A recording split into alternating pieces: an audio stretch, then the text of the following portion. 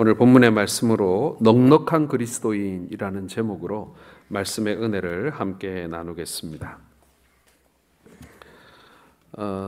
며칠 전에 한 교회의 어려움에 대해서 들을 기회가 있었습니다.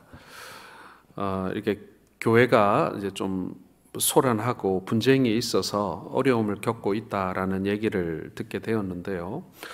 우리가 어느 교회가 좋은 교회냐, 그 교회 어떠냐라고 물을 때 여러분 무엇으로 그것의 기준을 삼으시겠습니까? 결국에는 좋은 사람이 많은 교회가 좋은 교회다, 이렇게 우리가 말할 수 있지 않을까라는 생각이 듭니다. 예수님을 닮아서 좋은 성품과 또 믿음 좋은 사람들과 그리고 가슴이 따뜻한 사람들이 많은 공동체가 좋은 교회다. 결국 교회라는 것이 사람들, 특히 성도들의 모임이 교회 아니겠습니까? 그래서 좋은 사람들이 많은 곳이 곧 좋은 교회다, 이렇게 말할 수가 있지 않을까요? 자, 우리 성도들은요, 세상에서 다른 사람들과는 분명히 다른 삶을 살아야 합니다. 왜냐하면 우리 속에 주님이 계시기 때문에 그렇죠. 그럼에도 불구하고 우리가 덕이 되지 못하고 그리고 사람들이 사모할 만한 것들이 우리 가운데 없다면 이건 굉장히 슬픈 일이 아닐 수가 없습니다.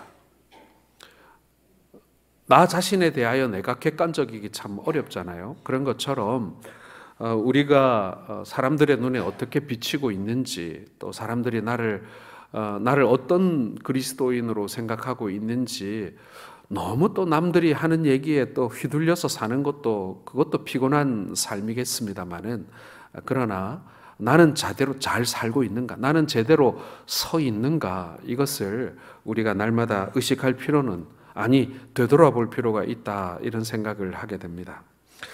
특별히 우리 목회자들은 항상 이런 신혼조회를 많이 당합니다.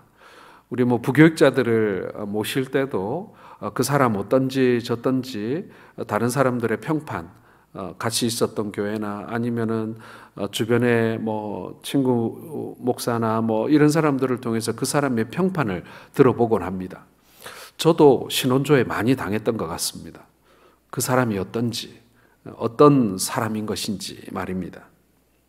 자, 우리 속에 하나님이 거하시고 예수님이 함께 하시는데, 여러분 우리의 성품이 다른 사람들과 같을 수는 없지 않겠습니까? 그러기에 예수를 믿는 사람들은 믿지 않는 사람들과 생각이 달라야 하고 삶의 방식도 달라야 하고 삶의 가치관도 달라야 합니다.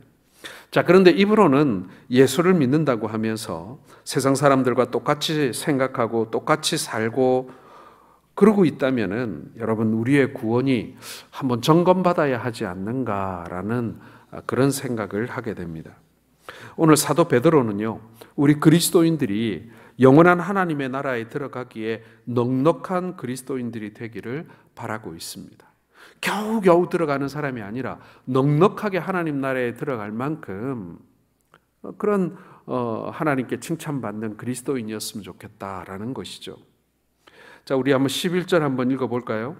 이같이 하면 우리 주 곧 구주 예수 그리스도의 영원한 나라에 들어감을 넉넉히 너희에게 주시리라.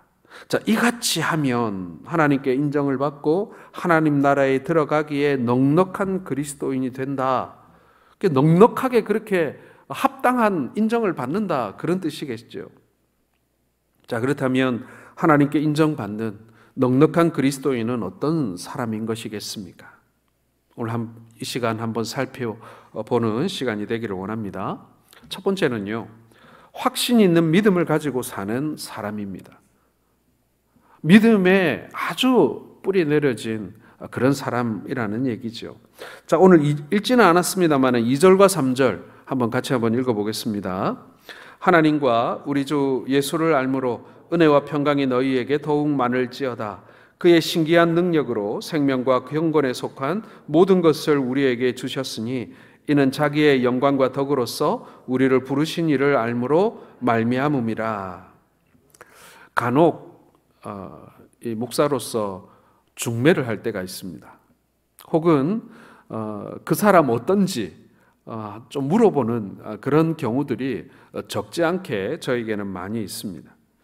자, 그때마다 이제 뭐 목사님들끼리 혹은 장로님 목사님들끼리 이렇게 그 사람 어떠냐고 물어볼 때 첫 마디가 뭐냐면은 믿음 좋나? 이게 첫 마디예요. 믿음 좋습니까? 이게 가장 먼저 물어보는 말입니다. 이 질문 속에는요, 사실은 많은 것을 담고 있는 것 같습니다. 그리고 가장 중요한 질문인 것이죠. 그 믿음 좋으냐라는 말 속에는요, 이 사람이 그리스도 안에 거하고 있는가? 이 사람이 예수 그리스도를 사모하고 있는가? 이 사람의 삶이 예수 그리스도 중심적인 삶을 살아가고 있는가? 뭐 하여튼 여러 가지 의미가 참 많이 들어가 있는 질문이 믿음이 좋습니까? 라는 말 아니겠습니까? 여러분, 우리가 예수 그리스도를 믿는 믿음이 분명해야 합니다. 이것이 희미하면 다른 아무리 좋은 것들이 있어도 소용이 없는 것입니다. 그 믿음이 무엇보다도 소중하고 귀하고 보배로운 것임을 확신하는 사람이 되어야 합니다. 이게 제일 중요하다, 이렇게 인정하는 사람 말입니다. 하나님은 우리를 용서하시고 용납하시고 사랑하시죠. 우리를 향한 하나님의 용서, 그 다음에 용납하심, 사랑하심이 바로 예수 그리스도의 십자가입니다. 그 예수 그리스도의 십자가에 그 모든 것이 다 담겨져 있습니다. 하나님이 이 십자가 안에서 우리를 용서하시고 용납하시고 사랑하셨습니다. 그렇기 때문에 여러분, 이 십자가 안에 사는 우리는요, 이 은혜를 확신하는 믿음의 사람이 되어야 하는 것이죠. 십자가를 잃어버리지 않는 사람이 되어야 되겠죠. 그 십자가를 붙들고 있는 사람이 되어야 하죠. 그것을 우리는 믿음 좋은 사람이라고 말하는 것입니다. 뿐만 아니라 우리를 구원하시기 위해서 하나님의 뜻에 순종하여 십자가를 지신 예수님을 나의 구주로 그리고 그리스도로 확신하고 받아들이는 그 믿음을 우리는 굳게 붙들어야 한다라는 것입니다. 이게 너무나 우리가 많이 들은 얘기고 잘 아는 이야기입니다만은 이것을 우리가 재확인할 필요가 있다라는 것이죠. 이것이 넉넉한 그리스도인의 조건이라는 것입니다. 독일의 왕이었던 프레드릭 대제가 어느 날 사복을 입고 밤길을 홀로 거닐다가 굉장히 풍채 좋은 한 남자를 만나게 됩니다. 이 프레드릭 대왕이 이 사람이 풍채가 좋고 인물이 잘생긴 걸 보면서 궁금했어요. 당신이 누구요? 라고 물었더니 그 남자가 대뜸하는 이야기가 나는 왕이요 라고 대답하더랍니다. 한 나라에 두 왕이 있을 수 없는데 말이죠. 프레드릭 대제가 생각하기를 내가 분명히 왕인데 이 사람은 왜 자신을 왕이라고 말하는 것일까? 이 사람의 정체가 더욱더 궁금해진 거예요. 그래서 이렇게 말합니다. 그럼 당신은 도대체 어느 나라의 왕이요? 라고 물었습니다. 그러자 그 남자가 이렇게 대답하더라는 것입니다. 나는 내 자신의 왕이요. 이렇게 대답했다고 합니다. 여러분, 모든 인간은요, 자기 자신의 왕입니다. 나에게는 왕이에요. 그러나 예수를 믿은 사람은요, 그 왕의 자리를 예수 그리스도께 내어 주어야 합니다. 내어 드려야 합니다. 비록 예수 그리스도에게 왕의 자리를 내어 드렸지만, 그러나 예수 그리스도께서는 나를 왕 같은 제사장으로 삼아 주신다라는 것이죠. 내가 스스로 자칭하는 왕이 아니라 예수 그리스도께서 인정해 주시는 왕과 같은 제사장의 권세를 우리에게 주신다라는 이야기인 것입니다. 우리가 잘 아는 베드로전서 2장 9절 말씀 우리 다시 한번 읽어보겠습니다.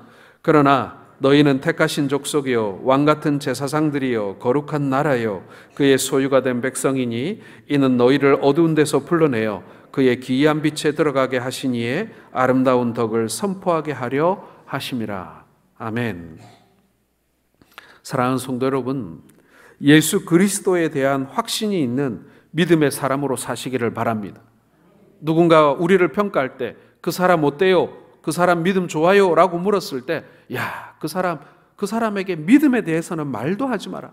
그 사람은 정말 확실한 믿음의 사람이다. 여러분, 우리가 이런 말을 들을 수 있기를 주의 이름으로 축원합니다.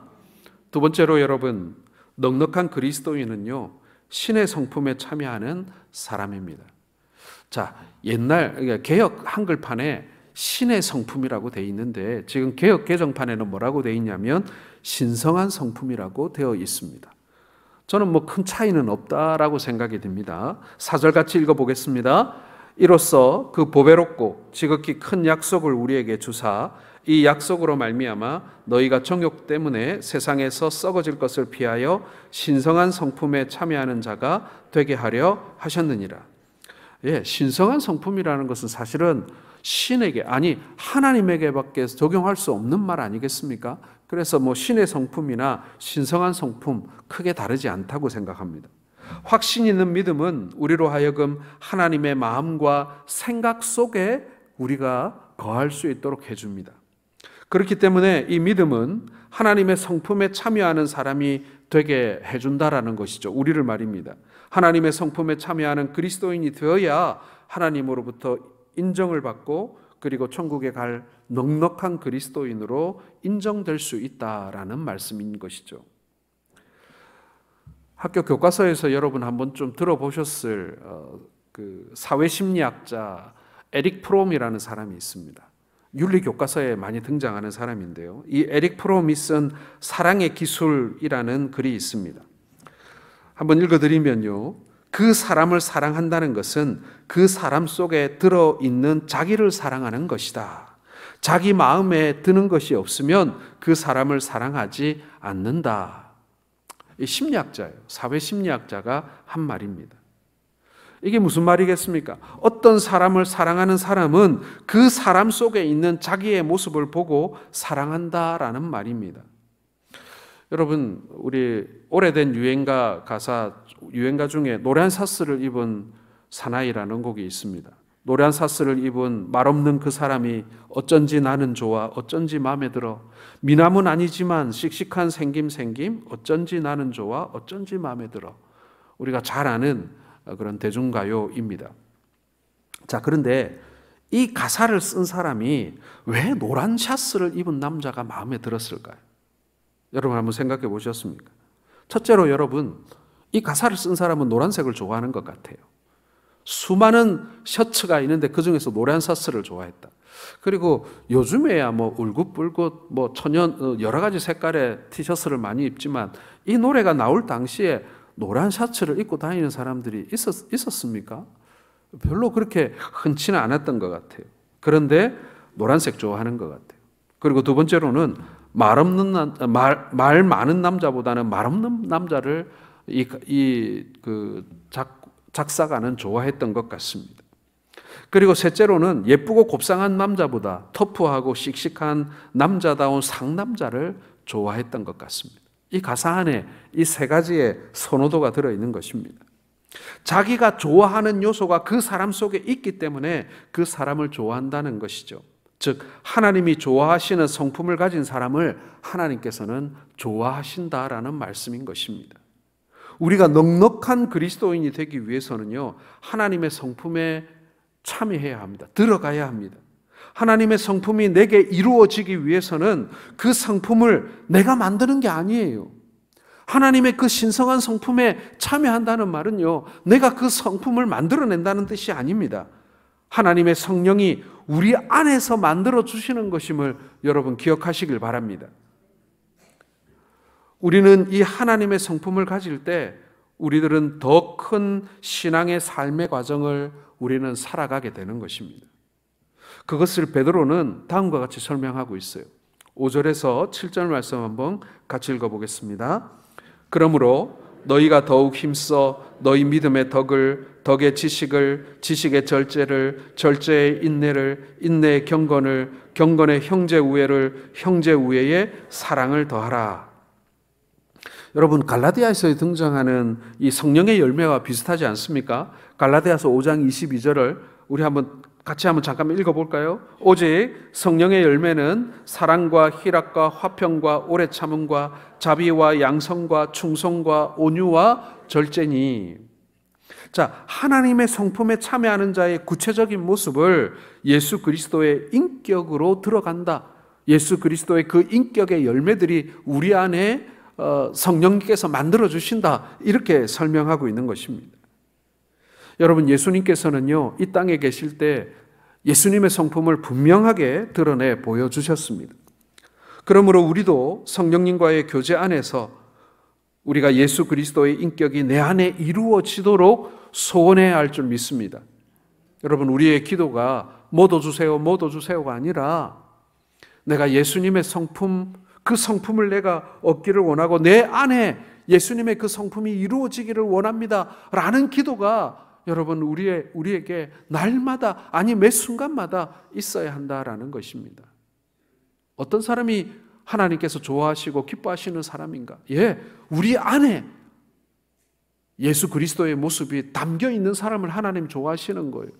우리 안에 하나님의 성품이 담겨 있는 사람을 하나님 우리를 좋아하신다니까요. 여러분들이 여러분들의 자녀를 왜 좋아합니까? 왜 사랑합니까? 왜 생명과 같이 아낍니까? 그 자녀 속에 나의 모습이 담겨 있잖아요. 손가락 발가락이 닮았고요, 성품이 닮았고요. 어떤 집은 제가 전화를 하면 아이고, 애 목소리하고 엄마 목소리, 아빠 목소리하고 아들 목소리 구분을 못 하겠어요. 어쩜 그렇게 닮았는지. 우리의 모습이 그 안에 있는 거예요. 하나님의 그 성품이 우리 안에 담겨 있는 것을 보면서 우리 하나님께서 우리를 넉넉히 구원하시고자 하신다라는 것입니다. 여러분, 삼국지 아시죠? 중국의 이 역사를 담고 있는 이야기인데 이 세 명의 주인공이 등장합니다. 덕장으로 유명한 유비, 지장으로 유명한 관우, 그리고 용장으로 유명한 장비가 이 세 주인공입니다. 자, 그래서 용장이 지장을 이길 수 없고 지장이 덕장을 이길 수 없다라는 그런 얘기를 우리는 이 삼국지를 보면서 많이 하곤 합니다. 자, 덕장인 유비가 촉나라의 촉한이죠. 촉한의 왕이 되게 됩니다. 그때 왕이 된 이후에 있었던 일인데요. 어느 날 궁중에서 큰 잔치를 이 유비가 벌였습니다. 그 자리에 왕비도 참여를 했고 말이죠. 그런데 잔치 도중에 갑자기 큰 바람이 불어가지고 그 궁중에 피워놓은 이 조명 불이 모조리 다 꺼지는 사고가 일어나게 됩니다. 칠흑 같은 어둠 속에서 갑자기 왕비의 이 비명소리가 들리는 거예요. 누군가 어둠을 틈타서 왕비를 뒤에서 끌어안은 것입니다. 그때 왕비의 비명소리를 듣고 왕비를 경호하던 장수가 범인의 상투를 잡고 그것을 칼로 잘라버립니다. 아마 목을 치려고 했는데 아마 상투가 잘리지 않았겠습니까? 그러나 범인은 자신의 상투를 그 자리에서 이렇게 소위 말해서 이제 잃어버리게 된 것이죠. 그야말로 순식간에 일어난 사건이었습니다. 모든 문이 봉쇄되고 곧 불이 켜지면서 이제 범인의 정체가 드러나는 순간이 되었습니다. 그때 이 유비가 불이 켜지기 전에 어둠 속에서 이 자리에 앉아 있는 모든 사람들 각자의 상투를 칼로 자르라고 명령하게 됩니다. 그 범인이 누구든지 꼼짝없이 잡혀 죽음을 면할 수 없었지만 이 덕으로 그 범인을 용서한 것이죠. 만찬이 진행되고 막 술을 마시면서 다들 취응이 막 술이 취하니까 해서는 안 되는 일을 저지른 거예요. 요즘 기준으로 보면 절대로 막 용서 안 되죠. 그런데 유비는 모든 사람의 상투를 자름으로 인해서 그 나쁜 짓을 한 그 한 사람을 용서했다라는 그런 이야기가 전해지고 있습니다. 사랑하는 성도 여러분, 십자가를 지고 골고다를 예수님께서 오르실 때 사람들이 돌을 던지고 예수님을 향해 저주와 희롱을 하였습니다. 그러나 예수님은 십자가에서 누가복음 23장 34절에 보면 아버지, 저들을 사하여 주옵소서, 자기들이 하는 것을 알지 못함이니이다. 예수님은 자기를 죽이라고 소리치고 돌을 던지는 그들을 용서하고 계시는 것입니다. 예수님은 이미 하나님의 신성한 성품에 참여하고 계셨던 것입니다. 여러분, 우리가 넉넉히 이기는 그리스도인이 되기 위해서는요, 하나님의 신성한 성품에 참여해야 합니다. 여러분, 우리 시대에 그리스도인들이 세상 사람들에게 비난받는 이유는요, 그리스도인이라고 말하는 사람들은 많은데 정작 그리스도의 성품을 드러내는 그리스도인이 적기 때문에 그런 것입니다. 그러므로 이제부터 여러분, 우리가 그리스도의 성품, 곧 하나님의 성품을 드러내는 그런 그리스도인이 될 수 있기를 바랍니다. 그래서 하나님께 하나님 나라에 들어가기에 넉넉한 그리스도인으로 인정받을 뿐만 아니라 세상 사람들에게 야, 저 사람을 보면 예수님의 성품이 저 사람 안에 있다. 아니, 저 사람은 예수님을 닮아가고 있는 사람이다 라고 인정할 수 있는, 여러분, 우리가 사람들에게 인정받기 위해서 사는 것은 아니나 그러나 사람들에게 그러한 감동을 주는 그러한 그리스도인들 될 수 있기를 주님의 이름으로 축원합니다. 세 번째로 여러분, 넉넉한 그리스도인은요, 열매가 있는 사람들입니다. 자, 8절 같이 읽겠습니다.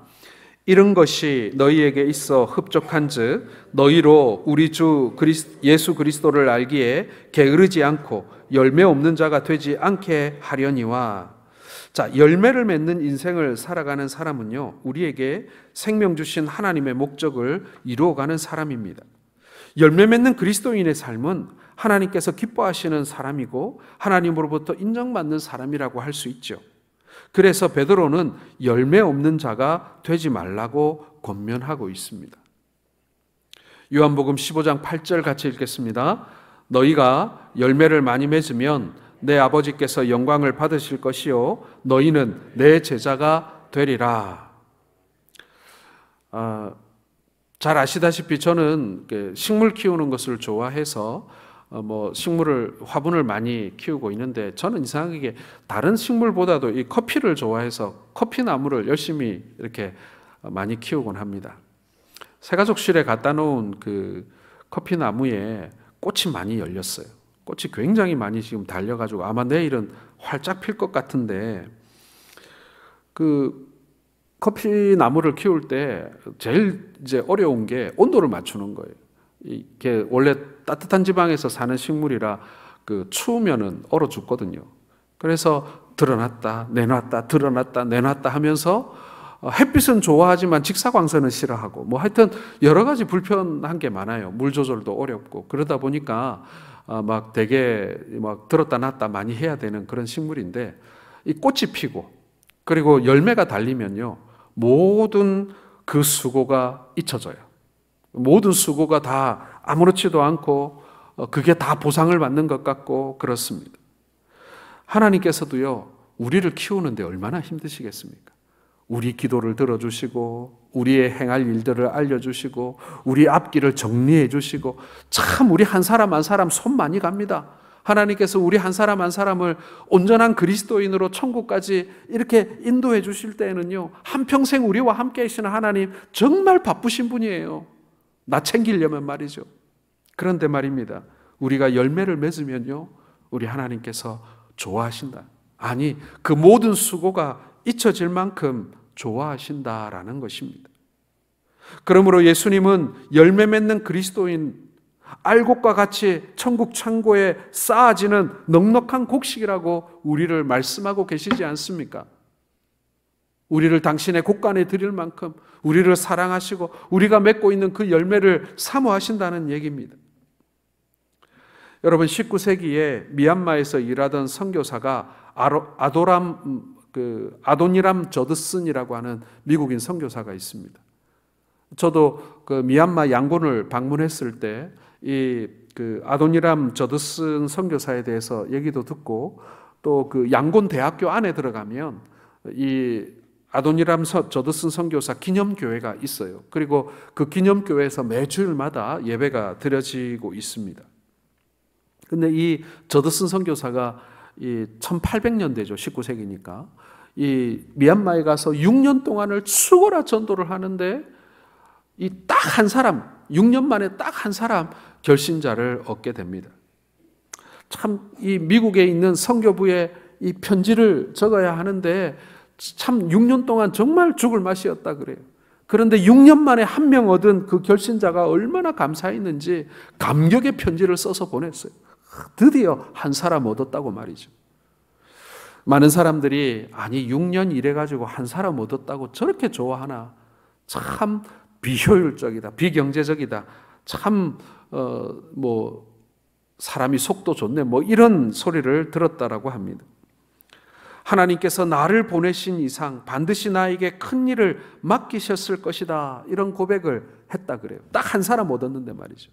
자, 그런데 꾸준히 계속 전도하고 또 선교해서 마침내 이 한 사람 교인, 그 카렌족이었어요. 이 카렌족 한 사람을 얻었는데 이 한 사람으로 말미암아 1세기도 되지 않아서 100년도 되지 않아서 이 미얀마의 수십만 명의 이 사람들이 예수 그리스도께 돌아오는 역사가 일어나게 됩니다. 여러분, 미얀마 사람 만나보실 기회가 있었는지 모르겠는데요, 이 미얀마 사람들이 한국 사람과 굉장히 닮았습니다. 생긴 것도 좀 닮은 면이 있지만 이 문화가 우리 한국 사람과 굉장히 유사합니다. 이 미얀마 사람들에게는 우리와 같은 채통이라고 하는 문화가 있어요. 체면 문화가 있어요. 굉장히 한국 사람과 성품이 비슷합니다. 그래서 그런지 예수 믿는 사람들이 정말 많고 주변에 있는 다른 동남아시아 국가들보다 이 미얀마 사람들이 성품이 순하고 선할 뿐만 아니라 예수를 많이 믿습니다. 그래서 지금 미얀마뿐만 아니라 태국이나 캄보디아나 인근 국가들에서 이 미얀마 사람들의 교회가 많이 세워지고 있습니다. 사랑하는 성도 여러분, 부르심에 합당하고 택하심에 넉넉한 그리스도의 사람으로 책임을 다하면서 열매 맺는 그리스도인이 되시길 바랍니다. 그 열매가 비록 한 영혼일 수도 있고요, 정말 별거 아닌 작은 일일 수도 있지만, 그러나 하나님께서 그 작은 한 사람, 그 작은 하나의 열매를 통하여 하나님께서 큰 일을 이루실 것을 여러분 믿으시길 바랍니다. 사람들이 에게 겨우 한 사람, 그거 했다고 이렇게 말할지는 모르지만 우리 하나님께서는 넉넉하다 이렇게 말씀하신다라는 것입니다. 예수님의 비유 가운데 달란트 비유가 있죠. 5달란트와 2달란트 받은 사람은 모두 갑절의 열매를 맺습니다. 갑절의 열매를 맺은 사람이 넉넉한 그리스도인이라고 할 수 있겠지요. 그러므로 그리스도의 사랑을 전하는 그리스도의 사람으로 충성을 다하시는 우리 성도들 되시기를 주의 이름으로 축원합니다. 강해 설교자인 스미스 리는 이렇게 말했습니다. 우리는 하나님의 뜻대로 살아야 한다. 우리는 선악간에 그대로 심판을 당할 것이다. 우리가 가야 할 길이 분명하다. 하나는 하나님의 나라에 들어가는 것이고 다른 하나는 지옥에 들어가는 것이다. 중간은 없습니다. 중간지대는 없습니다. 여러분, 우리가 나 자신뿐만 아니라 우리 주변에 있는 사람들을 향해서 우리가 그 사람들을 어떻게 볼 것입니까? 하나님 나라를 향하여 달려가고 있는 사람인지 아니면 지옥을 향하여 달려가고 있는 사람인지 우리가 그거 볼 수 있잖아요. 그리고 보이지 않습니까?